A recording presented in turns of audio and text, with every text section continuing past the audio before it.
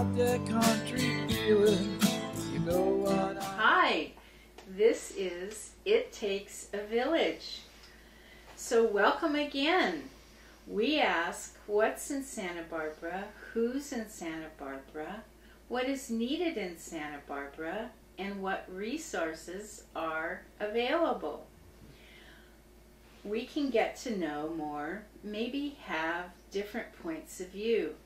Today, I'm totally elated. We have Michael Brendan Shiflett with us.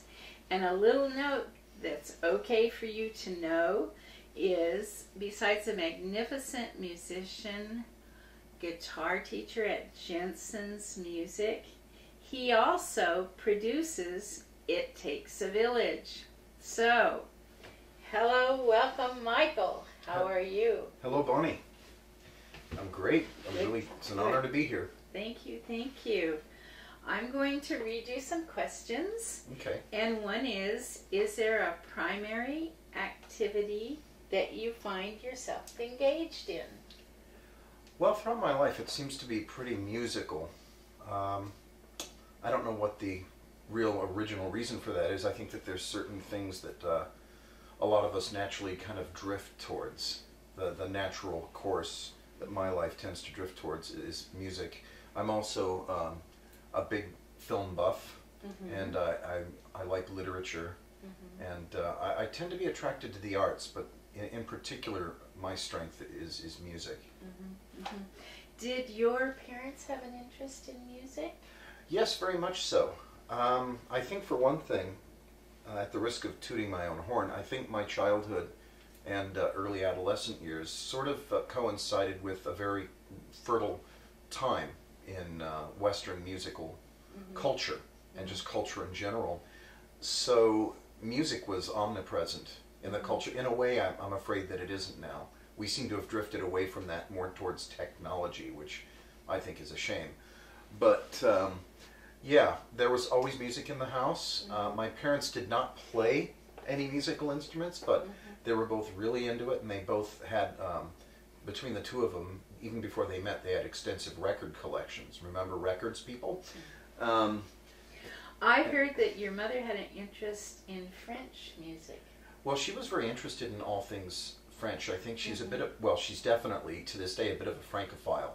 She's been there a bunch of times. She has a pretty good grasp of the language and the culture, and part of what manifested in that direction was a lot of French music. I heard a lot of Edith Piaf and Charles Aznavour and the Umbrellas of Cherbourg and various other things. Neat, Yeah. neat.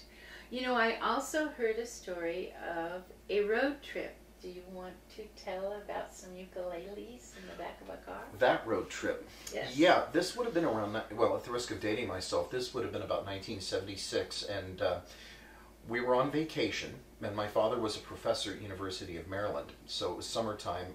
My brothers and I were off school, and he was on his summer break. So at the time, we lived in Laurel, Maryland, and we went to this cabin that he rented from some of his colleagues at the university, that they had a cabin in the woods of Pennsylvania somewhere, if I'm remembering that correctly. And my father purchased a bunch of cheap ukuleles, I guess to alleviate boredom, because if you have three young kids, and we were, what, 12, 8, and 5 in the three... Backseat? Yeah. Oh, no. Yeah, and he was driving. 3 boys. Yeah, lucky him, huh? So we probably would have driven him nuts. I hope not, but he bought ukuleles, and we kind of learned how to play, and we would write little songs. Wow. And come up with lyrics about things that happened. Like during the course of the trip, it was really strange. It was great, and I have great memories of it, but I wound up getting bit by a snake.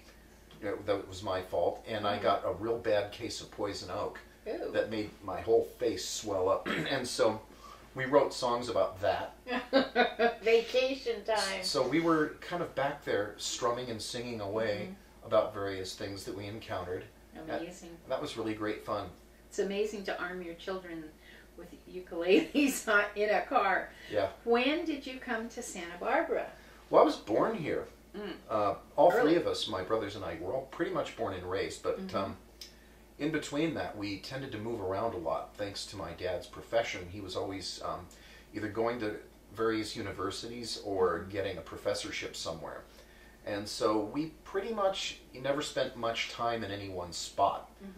I think between the time I was born and I was 13, we were on the move on a fairly regular basis, sometimes all the way across the country. That can be difficult. Very difficult, and sometimes all over California and various other spots, and that can be sort of disruptive. What are your thoughts about Santa Barbara? Well, I love it naturally. I'm lucky and very privileged to live here and to have been born and raised here. However, there's aspects about it that I'd like to see change. I think that one thing that's happened, unfortunately, is it seems to have become Beverly Hills North. And I think we need to make sure, just for the good of the community and for the people that live here, that we don't do that. We have to have some kind of rent control. We have to have affordable housing for someone other than the upper 1 or 2%, because they're the only ones that seem to matter at this point, and that has to change. And I think that the current situation is not sustainable. It's economically not sustainable. They're just, statistically, you can't just have wealthy people in any given community.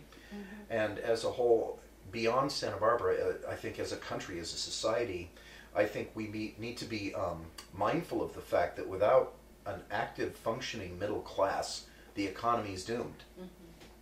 You know, I think what I've heard is a real problem with people trying to get rentals, and especially if they have pets, that's really kind of rough in Santa Barbara. It's gotten that way. It did not used to be that way. There's certain aspects of just daily existence that have become stupidly difficult and complicated, and it doesn't have to be that way. I think it's wrong to be prejudiced against people that have pets. That's ridiculous. Or basing it on whether they have pets or if they have kids or whatever it is, or their age or whatever. I think that that whole thing needs to be resolved as well. And I think it all boils down to the economic inequities. You know, I love, love, love Santa Barbara. And one of the things I absolutely love about it is the people that I've met here. And I just feel so privileged to be here. But I feel with that privilege comes a responsibility. For instance, I think in every program I've said, in Santa Barbara, there are children that go to bed hungry. And I think we have to say, if we know that, I think one thing that can be done is there's an organization, NoKidHungry.org. And that's a way that people can contribute and help with that situation, to try and make things better. Let's see here now. Were there any decisions that you made around age 14 that maybe led you to a more constructive path? I mean, maybe there aren't, but you're very successful right now. Yeah, I just relatively. wonder, that's such a crucial age. I just wonder if there was someone that influenced you around then. Maybe not. I think I was pretty lost at that age. I think a lot of kids are. It's inherently a very difficult age at the best of times, but me in particular, I think I was very lost. I was pretty directionless and pretty rudderless. I still was maintaining an interest in music, and I think that really saved me in a lot of ways, because it was the one thing that I showed some kind of discipline and stick-to-itiveness with. That's interesting. Yeah, and I did run into a lot of really good people, I should say, that did their best to try to help me. Wow. Are there any physical locations in Santa Barbara that are particularly significant to you? Oh gosh, I've been in this town so long that a lot of it. I would say that various houses I've lived in, like at 14 South Salinas Street and at 1919 Castillo, and a few places out in Goleta, like Sesame Tree Apartments. That one's very significant to me. And where I used to live on San Milano Drive. Hello, kitty. Hello, kitty, kitty, kitty. Where I used to live on San Milano Drive out in Goleta, and Yeah, various schools I used to go to, one of which, well, a couple of schools I went to, one of which has been torn down and rebuilt, which is Isla Vista Elementary School. I have a lot of really good memories out there. Yeah. And what used to be El Rancho Elementary School, not far from Dos Pueblos. That has a lot of significance to me. But I think that there's, you know, all up and down State Street, there's kind of ghosts of things that used to be there for me. There's so many different neighborhoods and places in Santa Barbara. I mean, you go 3 blocks, you know, make a right or left, and it's like you're in a whole other world. In a way, it reminds me of Europe. The countries are smaller, and you go through such transitions. And Santa Barbara is really varied. You know, it's interesting. I've lived in this town most of my life, basically for 4 or 5 decades, pretty much. And there's little alcoves and areas and neighborhoods that I'd never seen. Yeah. Santa Barbara is amazing in that way. You just go down one little alcove, and it's like a completely different neighborhood that you've never seen before. It's incredible. Have you met any interesting people here? Oh, yes. Yeah. Most of my colleagues at work, because I'm a guitar teacher at Jensen Music, and it's great camaraderie. Those are amazing people. I feel very privileged and lucky to have them in my daily life. I've met all kinds of really interesting people. I had a high school English teacher named David Taylor. Hi, David, if you're watching. He was an amazingly kind, great guy. I'm so glad I got to meet him. And various friends, a couple of whom unfortunately are no longer with us, sadly. I know Laura Nelson is a fabulous teacher down there. I know Chris Jensen, the owner, is incredible. Amazing guy. And I know that they're having some rock camps right now. Yeah, that's starting up. I think they need some people for August, but I think the other ones have gotten full. Because they're fabulous with children. Absolutely fabulous. Really Now there's an activity fun. that is very necessary in this town. It's rare. You don't get it much these days. Yeah. A place kids can go where they can get away from pushing buttons and looking at a screen. Yeah. They get to actually get hands-on involvement with something that's very life-enriching and soul-enriching. Didn't they get to play on the Libera stage? Yeah, they get to play at the Libera. That's so fun. They wind up rehearsing and getting it together, and they wind up playing at places like the Libero or the Soho. Yeah. Various other places. Let's see. I met your brother Scott down south, and I met your brother Chris up here also. Tell me about your family a little. Well, we all started off here, and I seem to be the only one left, except I've got a cousin and an aunt that still live up here. But my mom and stepdad live up in Washington State, along with a bunch of aunts and uncles, and my brothers and their families live down in various parts of Los Angeles. But my brother Chris has, over the last decade or so, gotten involved in a very successful music career. Isn't he one of the Foo Fighters? He is indeed. Wow. That was mind-blowing. Amazing. Yeah. That's neat. Let's see here now. If you could have any occupation in this town, what would it be? What would that be? Aside from what I'm doing right now? Maybe it's what you're doing right now. Well, I think I'm pretty happy with what I'm doing right now, but I really, because I like the arts, if I was involved in anything else, I would like to have it be involved in maybe the local art museum or film in some way. That's fun. There's a lot of incredible people here that are really inspiring about film. I go to the table at Santa Barbara TVSB, and John Orlon is the facilitator, and what an incredible resource and inspiring, special person. That's a great activity. See, Santa Barbara's unique in that that's the kind of person you run into here. You run into the most amazing people that are involved in everything, film, music. Right. And it's the sort of thing that you don't run into in just everywhere. Right. Now let's see, if you could sit on a bench at Shoreline Park and have a chat with any Santa Barbara person, who would it be? With a Santa Barbara person? Do they have to be a famous one? They can be anyone you want. I think right now that's a tough choice. You know who I'd like to meet and have a chat with, I think? Edie Sedgwick.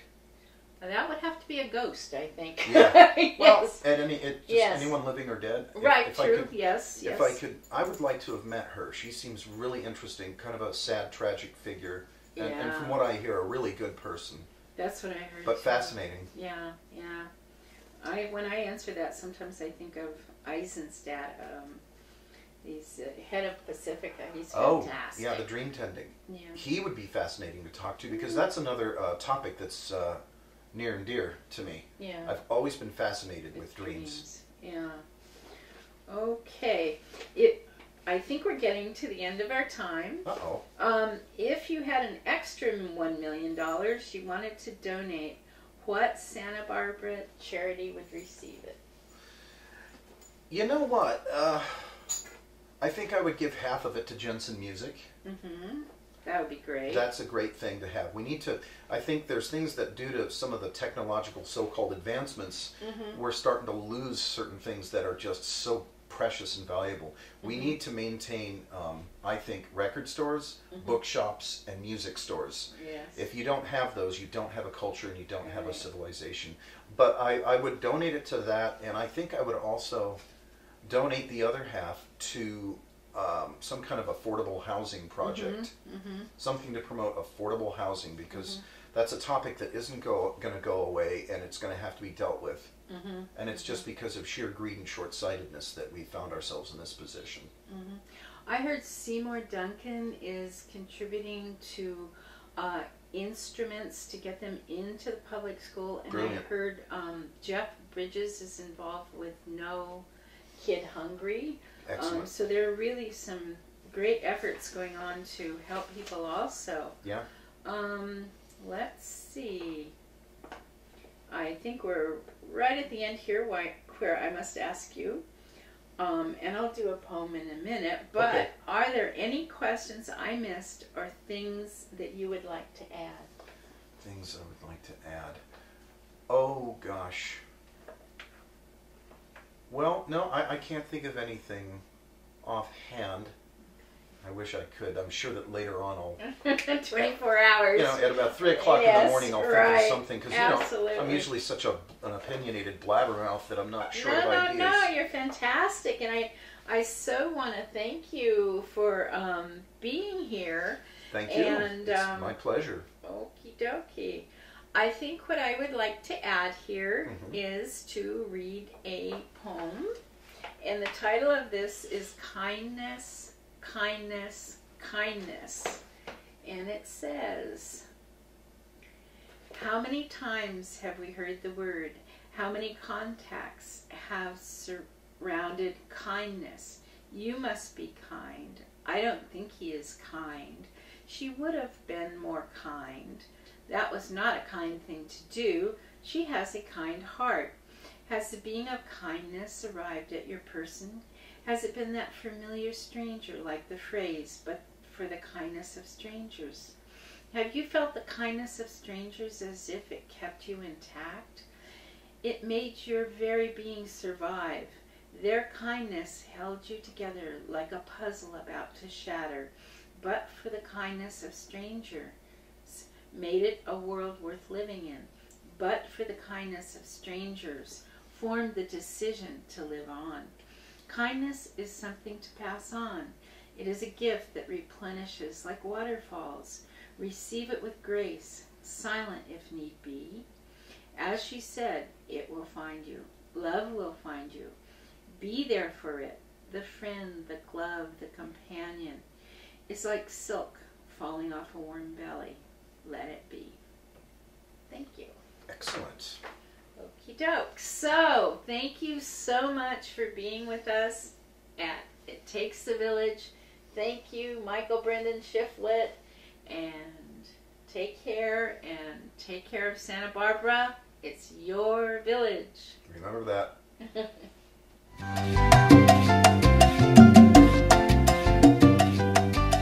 Hi, I'm Bonnie from It Takes a Village. We're here on Ortega and Santa Barbara Street. What have we discovered? It's a Steve Nipper company. Let's go in and check it out. Hi, Steve. How are you? Hi, Bonnie. I'm great. Thanks for stopping in today. All right. What's going on around here? Well, we're here at Soul Wave, where we make people's water better. All right. And I'll say that you have a pretty good reputation in this town. How did you earn that? Well, with 23 years of service to the community and doing a good job and standing behind what we do, that's what we've earned. That's what I've heard. Yeah. And I just want to thank you, Bonnie, for helping us support It Takes a Village. We couldn't be happier. Thank you. You're welcome. Take care. And so we learned more about Santa Barbara. We have a company that helps the economy of people because of their prices, and they help your good health with good water. Very, very important. Thank you, Steve Nipper at Soul Wave.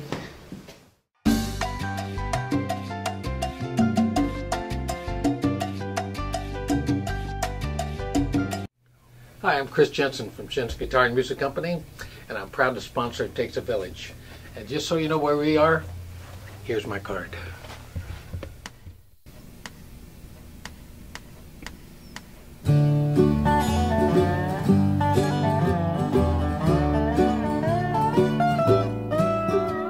It started out one Saturday night at the Condor. You told me you didn't love me anymore. We started picking up the pace, then much to our disgrace, the bartender said, "Will you all kindly leave?" Ha, ha, yeah, yes, I'm over you. Ha, ha, yeah, yes, I'm over you.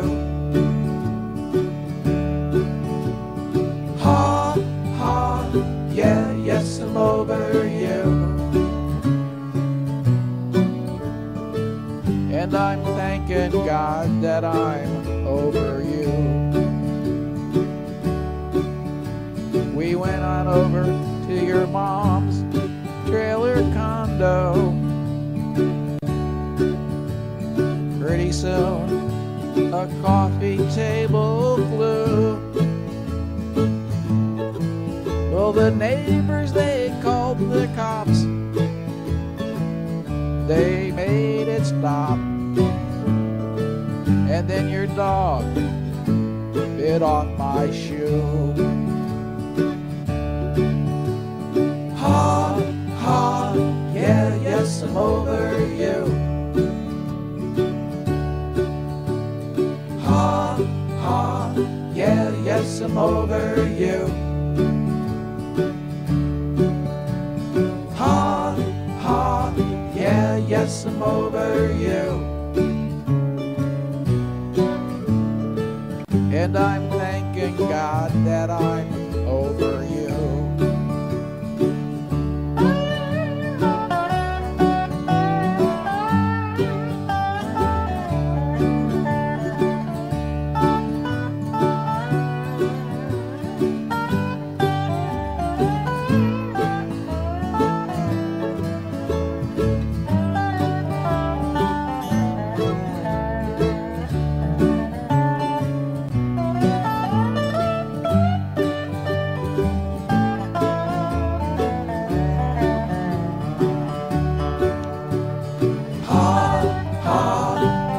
Yes, I'm over you. Ha, ha, yeah, yes, I'm over you. Ha, ha, yeah, yes, I'm over you.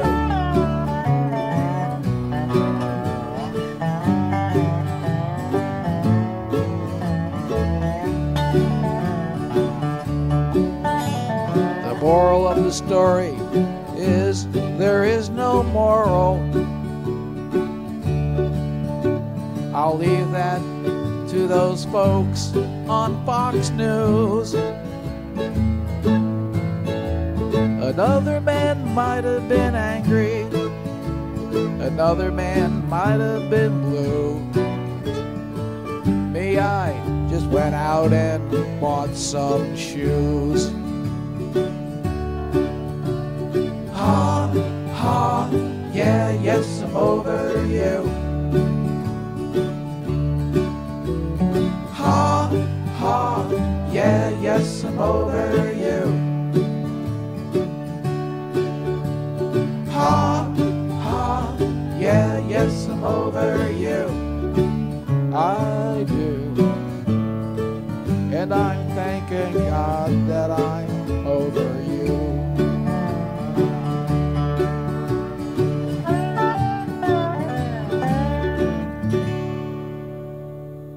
And it started telling me, yippee-ki-yay, gone are the days.